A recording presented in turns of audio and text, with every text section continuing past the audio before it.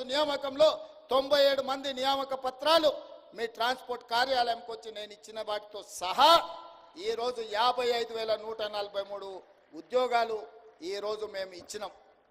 LB స్టేడియంలో ఇచ్చినాం, పెద్దపల్లిలో ఇచ్చినాం, ఇక్కడ అంబేద్కర్ సాక్షిగా ఇక్కడ పట్టాలు ఇచ్చినాం.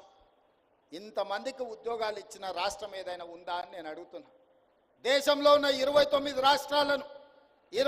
రాష్ట్రాలలో అధికారంలో ఉన్న గొప్ప గొప్ప నాయకులుగా చెప్పుకునే వాళ్ళను ప్రధానమంత్రితో సహా దిగిపోయిన ముఖ్యమంత్రి కూడా నేను సవాలు విసురుతున్నా. స్వతంత్రం వచ్చినప్పటి నుంచి ఏ ఒక్క సంవత్సరమైనా ఏ రాష్ట్రమైనా 55,000 ఉద్యోగాలు ఇచ్చిన చరిత్ర ఉన్నదా?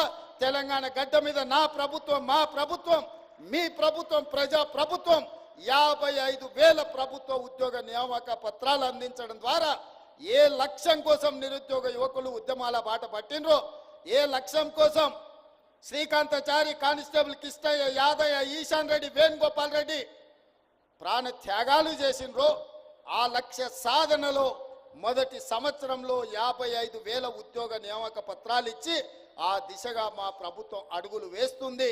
వాళ్ళ లక్ష్యం కోసం, వాళ్ళు కన్న కలలను నెరవేర్చడానికి ఈరోజు మా ప్రభుత్వం నిరంతరం కృషి చేస్తుంది అని నేను ఈ వేదిక మీద నుంచి గొప్పగా నేను చెప్పదలుచుకున్నా. ప్రతి వాళ్ళను తలలు లెక్క పెడతాం. ఎవరికైనా అనుమానం ఉంటే ఇదే నక్లెస్ రోడ్డు మీద 55,143 మందిని ఇక్కడ పిలిపిస్తాం. మోడీ గారు, చంద్రశేఖరరావు గారు ఇక్కడ నిలబడండి, ఒక్కొక్కరి తల పెట్టుకోండి. ఒక్క తల తగ్గినా ఇక్కడనే మీకు క్షమాపణ చెప్పడానికి ముఖ్యమంత్రిగా నేను సిద్ధంగా ఉన్నా.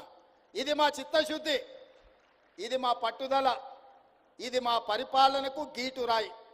అందుకే ఈరోజు ఈ లక్ష్య సాధనలో మేము ముందుకు వెళ్ళాలి అంటే ఇంకా మీరు మమ్మల్ని బలంగా ఆశీర్వదించాలి.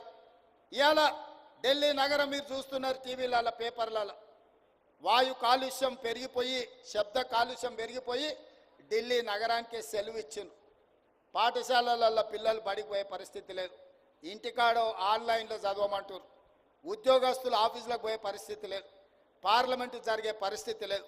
నిన్నగాక మొన్న నితిన్ గడ్కరీ గారు, సెంట్రల్ ట్రాన్స్పోర్ట్ మినిస్టర్, స్పష్టంగా చెప్పిండు, ఢిల్లీకి వస్తే నా ఆరోగ్యం దెబ్బతింటుంది, నేను ఢిల్లీకి రానని ఒక కేంద్ర మంత్రి చెప్పిండంటే ఈరోజు ఢిల్లీ